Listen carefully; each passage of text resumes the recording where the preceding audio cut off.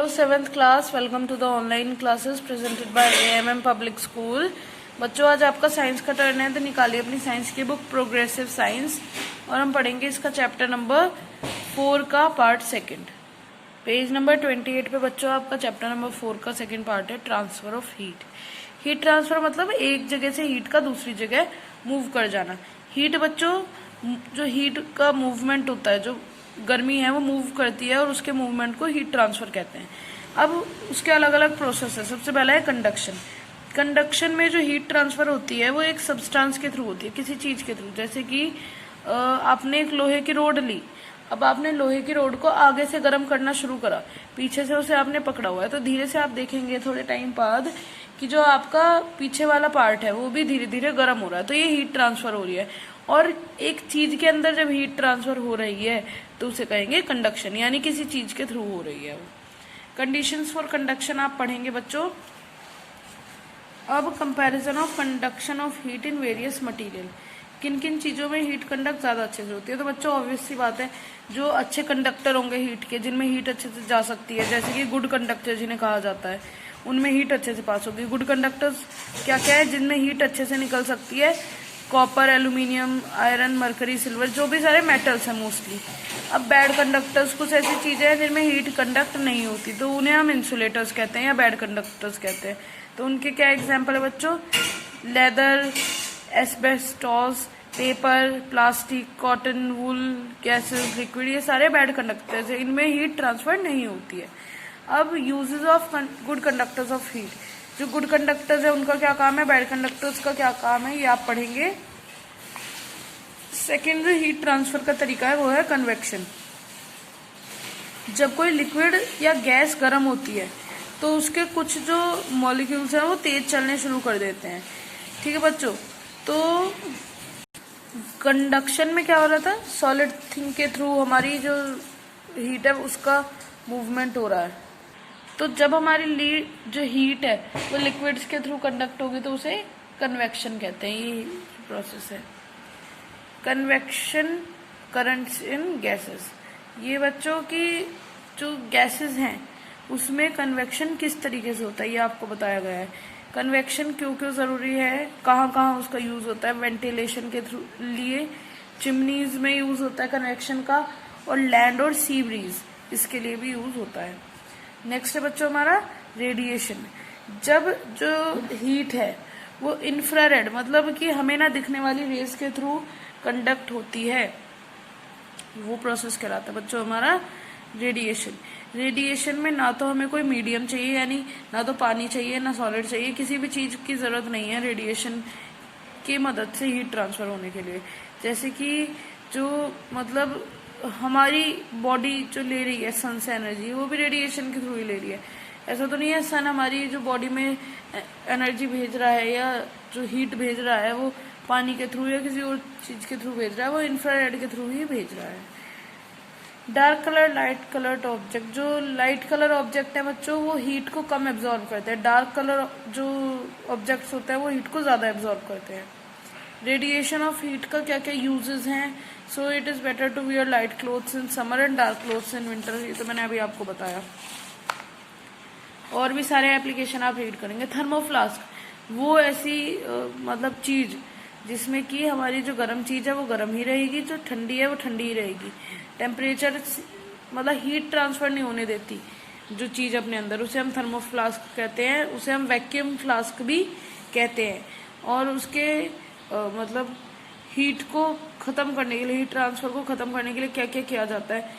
Glass is chosen as the material, उसके अंदर glass लगाया जाता है। ग्लास से हीट ट्रांसफर नहीं होता क्योंकि glass poor conductor of heat है, अभी हमने पढ़ा था।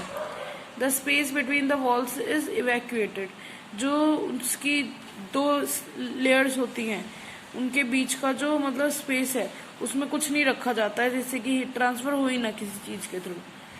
The walls are highly silvered, जो उसकी मतलब बाउंड्री होती है उन पर सिल्वरिंग की जाती है, सिल्वर कलर का वो किया जाता है जिससे कि जो हीट है वो बाहर ही ना जाए, अंदर ही रेडिएट होती रहे। तो बच्चों आपका चैप्टर यहीं फिनिश होता है। अब इसकी एक्सरसाइज तो आपने पहले ही कर ली थी, अब इसके क्वेश्चन आंसर्स हम आपको टिक करा देते हैं। Distinguish between heat capacity and specific heat of a substance, तो पेज नंबर 26 27 पर जाएंगे। ये हमारा शॉर्ट का आंसर था, तो स्पेसिफिक हीट लिखेंगे। स्पेसिफिक हीट तो जो आपकी है वो यही है, स्पेसिफिक से लेकर यहाँ तक हाईएस्ट तक। ये आंसर नंबर 1 है शॉर्ट का भी, और एक और का आंसर था।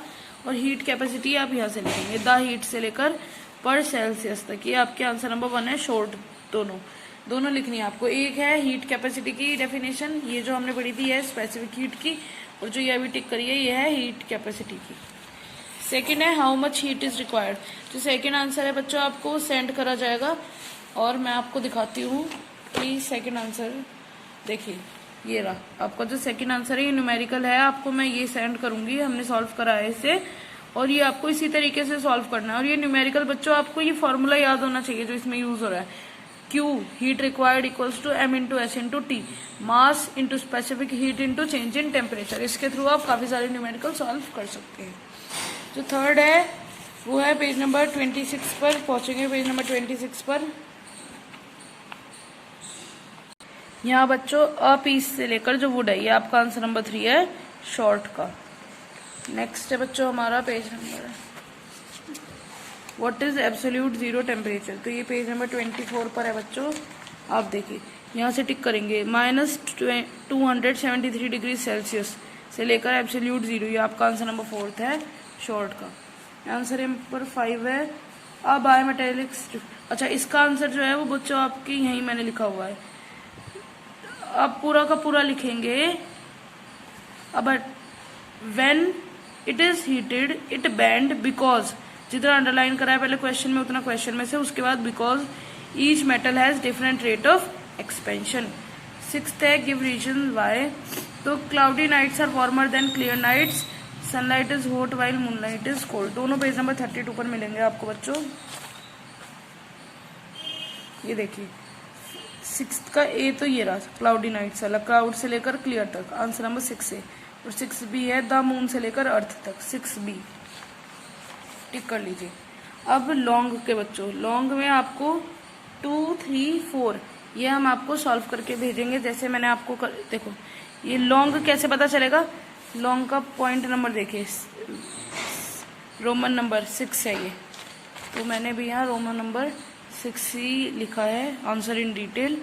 और फिर इसका 2 हमने यहाँ सॉल्व कर रखा है, 3 कर रखा है। 3 में 2 पार्ट हैं, ए और बी, और उसके बाद 4 सॉल्व कर रखा है। तो ये तो आपको सेंड करा जाएगा। जो इसका फर्स्ट है वो आप टिक करेंगे the same quantity page number 23 पर जाकर। सो दिस से लेकर हीट तक आपका आंसर नंबर 1 है लॉन्ग का। फिर रिपीट करिए, आंसर नंबर 2, 3, 4 लॉन्ग का हम आपको सेंड करेंगे। 5 है what is the relation between Fahrenheit and Celsius degree scale. अच्छा, पेज नंबर 25 पर जाएंगे। मैंने आपको वैसे लिखने के लिए भी कहा था पहले भी, तो U से लेकर आप केवल यहाँ तक कन्वर्ट करते हैं। जो ये 5/9 फार्मूला जो है, इसका बस फार्मूले लिखने हैं कि कैसे हम कर सकते हैं। तो बच्चों आपका चैप्टर यहीं फिनिश होता है। काफ़ी लेंथी चैप्टर है, अच्छे से पढ़ेंगे। नेक्स्ट चैप्टर के लिए रेडी रहिएगा। मिलते हैं नेक्स्ट वीडियो में नेक्स्ट चैप्टर के साथ। Thank you.